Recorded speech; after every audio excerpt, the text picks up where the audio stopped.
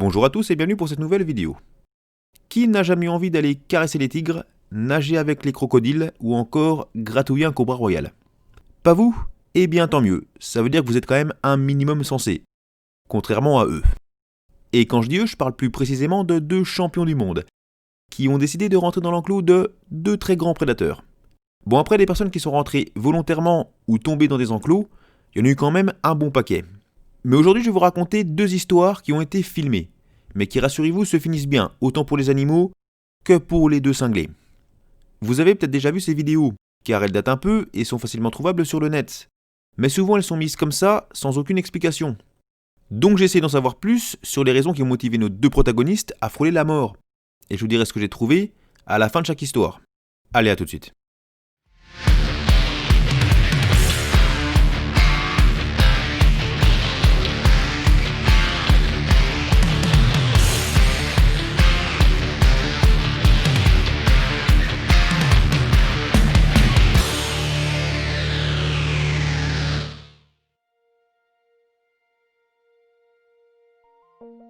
Notre première histoire se déroule dans un zoo à Taïwan en 2004.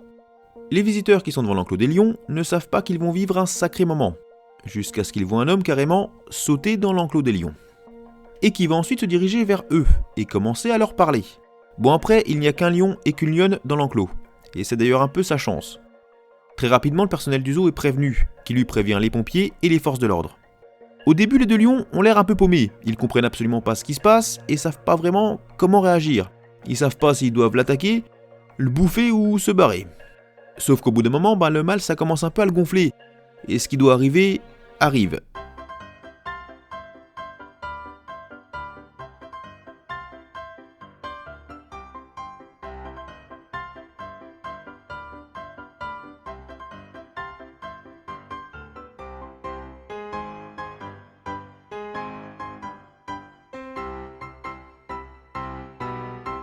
Il va attaquer l'homme à plusieurs reprises, le griffer, lui mordre le bras ainsi que la jambe.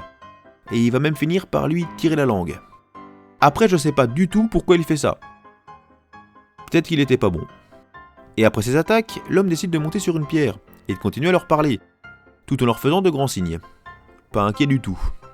Il est sur sa pierre, c'est pas comme si s'était fait bouffer la moitié du bras et de la cuisse. Non, tout va bien, a priori tout est normal pour lui. Quant aux lions, ils ont reculé un peu, et désormais leur regardent calmement, posés à l'ombre. Entre-temps, les secours arrivent, et il est décidé d'endormir les lions à l'aide de fléchettes anesthésiantes. Pendant qu'on les prépare, les pompiers se mettent en place, et ont ordre de repousser les lions à l'aide de leurs lances si jamais l'homme se fait de nouveau attaquer. Et si jamais l'homme se fait de nouveau attaquer et que les pompiers n'y peuvent rien, les forces de l'ordre devront abattre les bêtes. Par chance, les 2 félins resteront relativement calmes jusqu'à ce que les fléchettes soient prêtes, et le mâle recevra sa piqûre, ou plutôt ses piqûres, en premier. Quant à la femelle, elle va un peu paniquer et va se montrer un peu plus agressive. Mais les lances réussiront à la repousser jusqu'à ce qu'elle aussi soit envoyée au pays des rêves par les dresseurs. Non, ne vous inquiétez pas, je contrôle la situation, tout va bien. Car contrairement à toi, je suis un professionnel. Finalement, l'homme décidera de sortir de l'enclos avec un balai dans le cul. Oui, autant pour moi. Je reconnais que c'est quelque peu vulgaire et que ça n'a aucun rapport avec l'expression. Veuillez m'en excuser. Mais je trouvais quand même que ça se plaçait plutôt bien. Bref, quoi qu'il en soit, il est pris en charge par les secours et transporté à l'hôpital, où il se remettra de ses blessures. Alors à votre avis, pourquoi il est rentré dans l'enclos des lions? D'un côté, il y a les journaux de l'époque qui expliquent que l'homme avait de petits problèmes mentaux, et qu'il avait décidé de rentrer dans l'enclos des lions, car accrochez-vous, il voulait convertir les lions au christianisme. Rien que ça. Je vous jure que c'est ce que j'ai lu, et je vous mettrai les liens en description. Et autrement, sur un petit documentaire que j'ai trouvé sur YouTube, il explique qu'il prenait en fait de la drogue et de l'alcool à cette époque, car il avait quelques problèmes personnels et que ce jour-là, il n'avait pas vraiment les idées claires. En même temps, faut quand même reconnaître qu'il est assez rare que des personnes saines d'esprit rentrent volontairement dans l'enclos de grands prédateurs.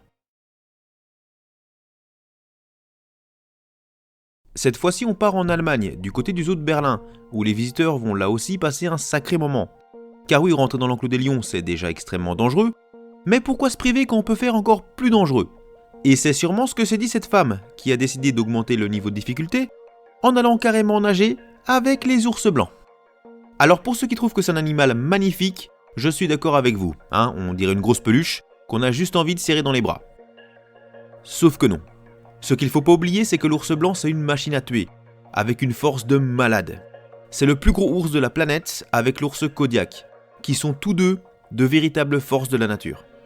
Et bien en 2009, comme je vous le disais, une femme a eu l'excellente idée de se jeter volontairement dans le bassin des ours blancs, pour aller faire trempette avec eux.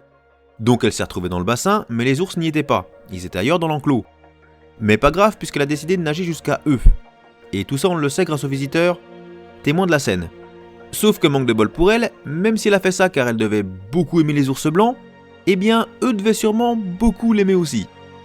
Mais pas de la même façon. Car lorsqu'elle est arrivée à côté de l'un d'entre eux, il l'a mordu, et a priori c'était pas très agréable. Suite à cet événement, elle va vite déchanter, et nager vers les visiteurs, là où elle avait sauté. Sauf qu'il y a quelques bons mètres qui les séparent. Et l'autre problème c'est que les ours vont la suivre. Après la chance qu'elle va avoir, si on peut dire, c'est qu'un seul ours va vraiment s'intéresser à elle. Les autres vont surtout la suivre par curiosité. Le personnel du zoo et les visiteurs vont tenter tout ce qu'ils peuvent pour distraire les ours et la faire remonter. Sauf que la manœuvre s'avère compliquée, car c'est pas facile de la hisser en haut et elle va retomber à plusieurs reprises. Et l'ours qui a l'air de vraiment l'apprécier, lui continue de la mâchouiller de temps en temps. Imaginez un peu à ce moment ce que les gens doivent ressentir. Elle peut finir gravement blessée ou même se faire littéralement tailler en pièces. Ou même encore, ils peuvent l'entraîner sous l'eau pour la noyer. Franchement, un moment comme ça doit être horrible à vivre. Et encore plus quand vous êtes la victime, forcément. Mais en même temps, quelle idée de se jeter dans le bassin des ours polaires. Faut vraiment être taré. Bref, à force de persévérance et aussi grâce à beaucoup de chance, je pense, ils finissent par la hisser et la sortir du bassin. Elle a des blessures relativement sévères, mais comme notre ami des lions, elle sera vite prise en charge et conduite à l'hôpital, où elle aussi se remettra de cette terrible épreuve, qu'elle a totalement provoquée. Donc maintenant, pourquoi elle a commis un acte pareil ? Bah, j'ai pas trouvé grand chose, et certains journaux expliquent clairement que l'hôpital et le zoo n'ont pas voulu se prononcer sur cette affaire. J'ai juste trouvé un seul article qui lui se mouille un peu plus, donc après ça vaut ce que ça vaut, et qui explique qu'elle a voulu rentrer en connexion avec les ours. Donc je sais pas trop ce qu'il faut comprendre par rentrer en connexion, peut-être qu'elle voulait juste se faire de nouveaux amis, mais a priori ça a pas vraiment fonctionné comme elle voulait. Et une fois sortie de l'hôpital, elle aurait été convoquée devant la justice suite à son geste. Donc que retenir de ces deux histoires ? Ben déjà qu'il faut quand même avoir un petit peu les fils qui se touchent pour pénétrer dans l'enclos de deux grands prédateurs.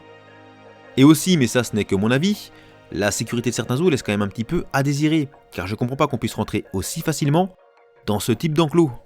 Au pire, si vous avez vraiment envie de braver la loi et de rentrer dans l'enclos d'un animal, autant rentrer dans celui des tortues ou des gazelles. Bon après ok, c'est moins facile d'impressionner les filles ou les copains de cette façon, mais au moins les chances d'en ressortir vivant seront bien plus élevées. Allez sur ce, moi je vous laisse, comme d'hab vous connaissez la chanson, abonnement, pouce noir et partage si vous en avez envie. Puis moi, je vous fais tout plein de bisous, puis je vous dis à la prochaine, allez à plus.